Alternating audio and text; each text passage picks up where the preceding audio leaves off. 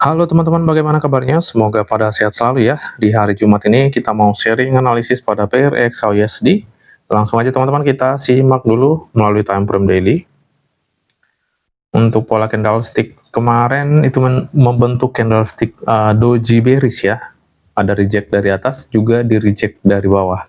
Nah, tetapi untuk hari ini harga sudah membuat penurunan kembali nih teman-teman ya. Untuk sebelumnya kita bisa melihat retestnya belum ada yang signifikan ya setelah harga membuat kenaikan yang sangat tinggi ya. Karena kalau kita lihat melalui time frame daily ini retestnya belum banyak nih teman-teman ya. Jadi retest kecil. Nah, seperti ini. Dan di sini dia membentuk candle bullish nih teman-teman ya, sampai pada di area atas ini. Nah, menurut saya sih ada potensi ini harga masih akan retest nih teman-teman. Melihat situasi kenaikan yang sangat signifikan di beberapa hari ini ya. Ya, jadi kita coba cek nanti untuk zone entry posisi sell. Nanti juga kita akan lihat zone entry untuk posisi buy karena memang harga ini masih strong bullish. Kalaupun kita membidik posisi sell, nah ini hanya retest teman-teman ya. Jadi itu yang perlu kita pahami. Untuk pergerakan hari ini dia itu masih inside bar di candlestick bearish kemarin ya. Oke, sekarang teman-teman kita coba cek dulu di H4. Pada time frame H4 setelah harga memasuki area demand di sini. Nah, di mana ini kalau kita lihat ya di H4 ini kan belum body break ya. Di reject, tapi rejectionnya ini sampai di zone ini dia sudah balik lagi ke bawah atau turun lagi. Pergerakan di H4 juga ini masih inside bar ya di candlestick bearish ini.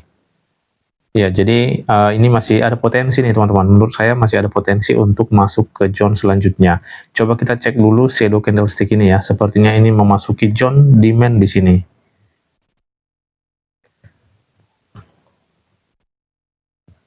Ya, dari sini ya.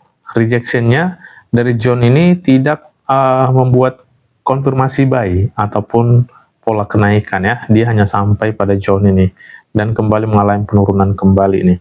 Nah, sekarang teman-teman kalau melihat situasi seperti ini sih masih ada potensi di mana zone ini berpotensi di break karena untuk saat ini belum ada pola kenaikannya melalui time frame H4. Karena yang terbentuk hanya candlestick bullish kecil di sini setelah rejection ya. Jadi ini langsung dibalas lagi oleh candlestick bearish. Oke, sekarang kita coba cek area zone selanjutnya. Kalau kita lihat di H4 ini, di sini masih ada support area. Ini tentunya masih akan menjadi penghalang harga untuk turun ya. Selanjutnya di main area di sini. Nanti coba kita refine di time frame kecil. Ya, saya pikir sih sudah cukup lah sampai di zone ini ya untuk area kita ataupun zone yang kita pantau untuk posisi buy teman-teman ya. Ini juga sudah jauh nih. Oke, sekarang kita coba lihat dulu di H1-nya. Untuk di H1 ini sudah tidak fresh. Selanjutnya ya di zone ini ya. Kalau di H1 dia di area zone ini, tentunya area ini juga masih akan menghalangi harga ya, support area di sini. Kalau kita melihat di H1-nya.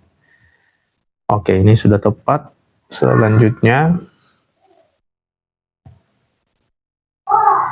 ini sudah kena ya. Coba kita cek dulu teman-teman ya. Ya, dia sudah ngambil di zone ini ya, area demand ini. Ini sudah kena di sini.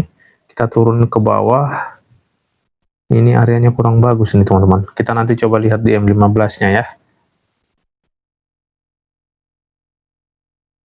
Ya, seperti ini zone entry kita untuk posisi buy. Sekarang kita coba masuk di mechanical struktur M15. Ya, mechanical struktur M15 itu di sini. Ya, ini menjadi boss terakhir buy-nya ya. Oke, setelah itu harga turun dan ini sudah close body kalau kita melihat di M15 ini. Jadi sudah ada change of character atau perubahan tren menjadi sell. Ya, untuk saat ini coba kita cek dulu untuk low yang sudah valid ya. Kita cek di zone ini. Ya, ini belum ya. Ini dia naik. Kita coba lihat dulu. Ya, masih sampai pada zone ini ya. Jadi ini belum menjadi low yang valid nih teman-teman ya.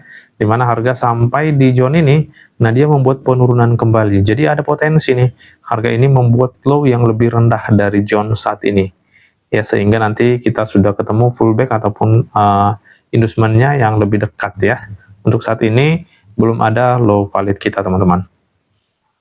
Oke, sekarang apa yang perlu kita lakukan, teman-teman? Nah, untuk saat ini, harga kan belum membuat low yang lebih rendah dari zone ini ya.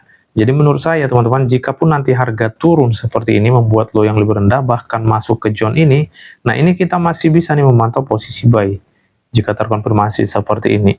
Nah inilah yang perlu kita pantau di kondisi yang pertama.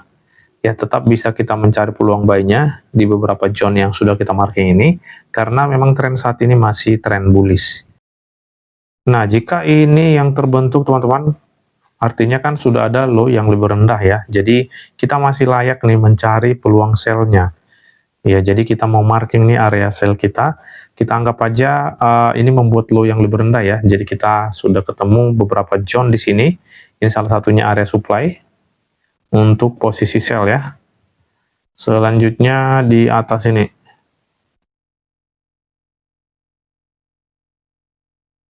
Oke, selanjutnya di zone ini. Dan yang terakhir di area resisten ini. Iya, jadi ada 4 area zone kita untuk mencari peluang sell-nya teman-teman ya. Ketika nanti terbentuk di kondisi yang ini ya. Kondisi yang pertama ini, seperti ini. Kalau ini terbentuk, kita masih layak mencari peluang sell seperti ini. Iya. Kita tunggu aja yang mana nanti yang terkonfirmasi teman-teman ya. Kalau teman-teman ingin entry tanpa konfirmasi ya, teman-teman harus manage lah resikonya ya, supaya jangan sampai mengalami margin call. Nah, hanya itu yang bisa kita lakukan teman-teman ya, untuk meminimalisir resiko yang sangat tinggi di market ini. Ya, jadi seperti itu. Selanjutnya tadi di sini ya, area M15.